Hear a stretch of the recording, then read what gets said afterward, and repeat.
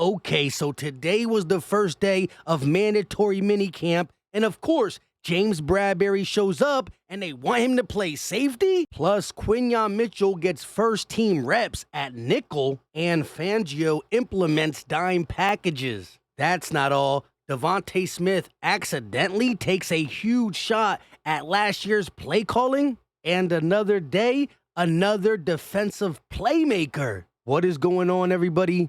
I go by Philly Mike, and this is the Philly Tall Podcast, and today we got a lot to get into. But before we do that, Eagle Nation, can I ask y'all for a favor? Hit that like button, subscribe to the channel if you ain't, and make sure that bell's hit so you don't miss the videos. So it's officially recorded. Fletcher Cox, reserve/retired, DT out of Mississippi State. Jason Kelsey, reserve/retired, center out of Cincinnati. With this being official, their dead cap numbers will be spread out through 2024 and 2025. We're truly gonna miss y'all. Long live them legends. But we all know they will be in the building at practice, helping out when they can in 2024. Moving on to 94 WIP, really talking about Devonta Smith should fire his agent unless he overruled the agent's advice. He completely missed where the market was headed, which is absolutely not true. Amon-Ra St. Brown got paid before Smitty, and he's making $28 million. Smitty was asked today if the recent big money wide receiver extensions have changed how he feels about his contract, and his exact words were, "You can't be counting the pockets of others. I'm where I want to be." Just loving where he works, loving the relationships he built, and wanting to be with a contending team for not just 2024, but all the way through 2028, which his contract runs through. He made a winning decision slightly over a business decision. I'm not looking at it like how he flees Smitty. I'm looking at it like Smitty loves the Philadelphia Eagles culture and wanted to be here, and Howie Roseman saw that and still gave him a fair bag of $25 million annually. However, Devonta Smith did not shy away when asked about the new offense. I think it's going to be great. Get a new style of offense around. Let guys, not have more freedom, but be able to, do things that we weren't allowed to do. Move guys around, things like that. I had to rewind it twice. He said stuff we weren't allowed to do last year. He then elaborated on him mainly talking about motion, creating better matchups. I think he tried to come back from what he said. However, last year we were ranked 8th in total offense. What do you think we're going to do in 2024 with the players on board and the play calling less predictable? Cough, cough, we gonna start using the middle of the field. Although Brandon Lee Gouton tweeted on 11 on 11, Reed Blankenship broke up a short Jalen Hurts pass over the middle for a Devin White tipped interception. I love the defense intensity, and it is only practice. Jalen's gonna get used to utilizing the middle of the field a lot more, and we'll be all right. Remember, last open practice, Jeff Kerr said that he noticed that the Eagles and Hurts are using the middle of the field a lot more in these open practices. The Eagles were dead last in pass attempts in the middle of the field at only 37.1% last season. Just think, defensive coordinators didn't even have to guard the middle of the field, and the Eagles offense still ranked 8th overall. What do you think we're going to do in 2024? But before we talk about the 7-on-7 and 11-on-11 standout, depth chart, and all that, Nick Sirianni said this about Kellen Moore. "I'm really excited about the direction we are going. Some of the new tweaks, I've said it to Kellen. I really like that.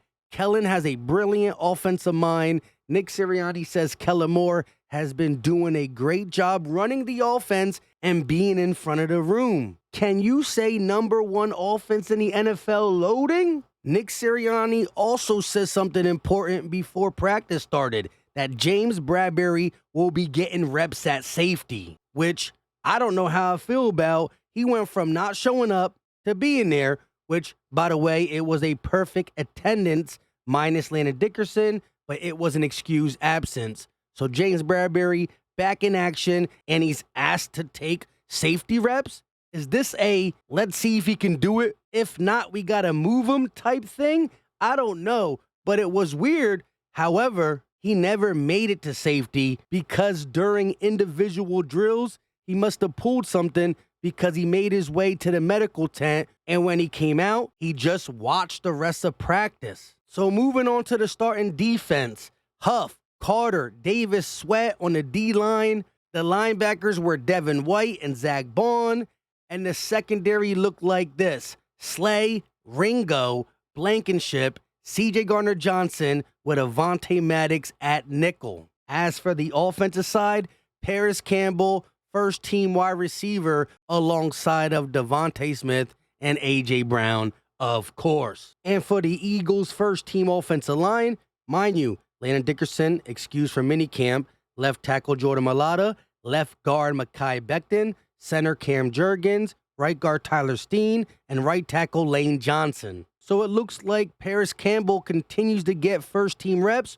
although Anaya Smith ain't available. We'll see what happens when he's available. However, in the limited reps that John Ross had, he showed out once again. As for something interesting on defense, Martin Frank tweeted that Quinyon Mitchell was getting some first-team nickel reps on a certain series. It was also reported that the Eagles had a 4-cornerback look with Slay, Ringo on the outside, and Maddox and Quinyon Mitchell on the inside in a dime package. During this rep, Quinyon Mitchell got matched up with Dallas Goedert. The ball wasn't thrown his way, but he held his own. You love to see Fangio throwing these guys in different situations, giving them a lot so we can see who locks up these spots. Don't forget IR34.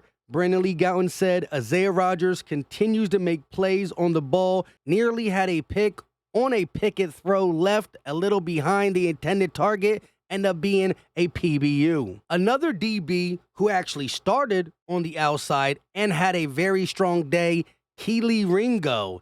Brandon Lee Gowton said he had a really nice leap in PBU on a Hurts downfield target to Paris Campbell, broke it up at the catch point. That's not all.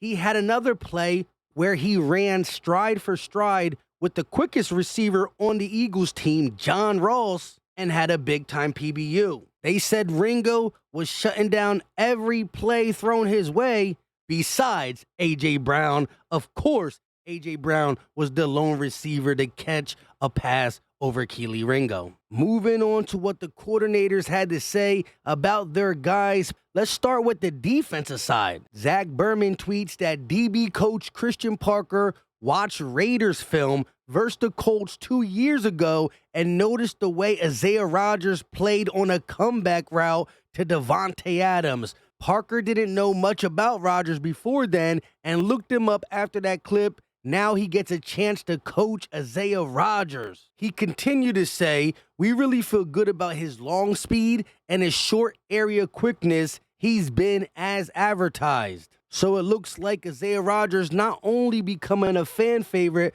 but a coach favorite. He's going to make the roster. As for what Christian Parker had to say about Cooper DeJean, he said he's done a good job learning the defense and is already showing why he has the ability to play multiple spots in the secondary. Again, let's go back to what Vic Fangio said. Certain guys who are new, who are young, might have the skill set to play multiple positions, but can they understand it? So far, Christian Parker, the DB coach who's working closely with Cooper DeJean, thinks he has the skill set and the mindset to play multiple positions his rookie year. A true chess piece who will get PT. As for the linebacker coach, Ed Kratz asked what he likes about Zach Baum playing inside linebacker, and Bobby King said it's a passing camp. Everybody's in pajamas. We just want to see what guys can do in coverage, and so far, so good.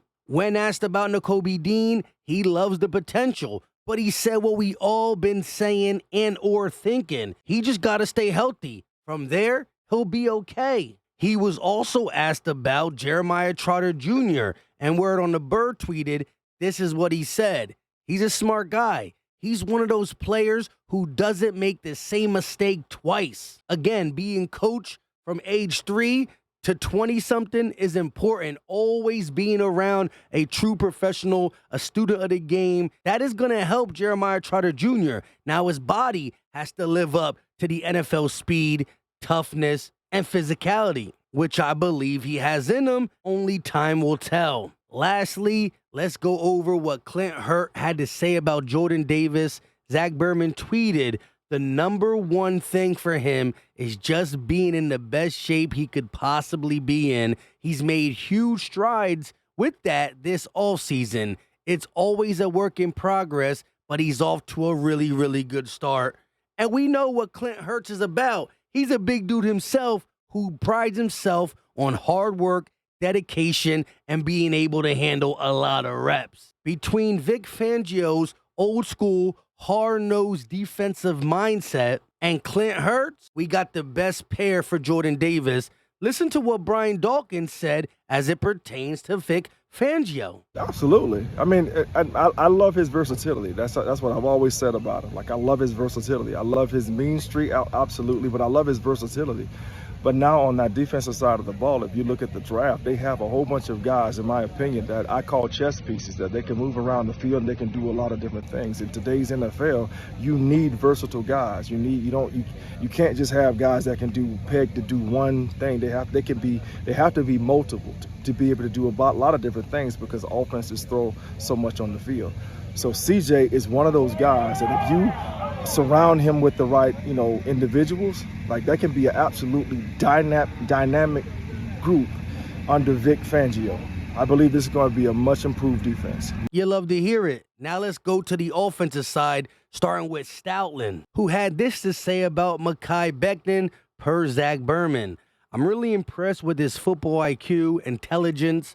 I didn't realize he was able to play another position, so that in itself, just to have that swing value and the willingness to want to do it, he's a fun guy to coach, and he loves football. Remember, Vaitai came in as a swing tackle, and he was an important piece. You never know if we might need Mekhi Becton. Stoutland also talked about Tyler Steen.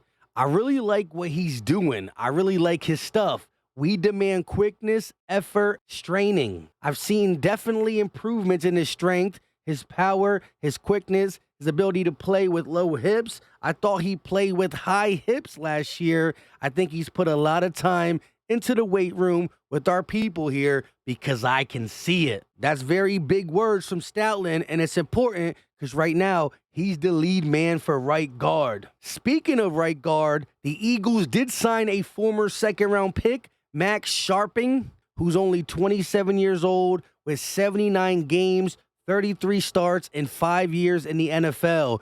Good amount of experience for a player of his age and good depth at offensive guard. Now on to the last coach, Doug Nussmeier, quarterback coach on Jalen Hurts, adjusting to new schemes. He gives him a lot of credit to have the success he's had early in his career playing different systems with different coaches. That's not easy to do. So I think me coming in new, trying to learn Jalen, what he knows and how he's been taught, is very important. With all that being said, I go by Philly Mike, and this is the Philly Talk Podcast. Leave a comment. I love hearing from you. We make videos on some of y'all comments. Hit the like button, subscribe to the channel, and turn on that notification bell so you don't miss the videos.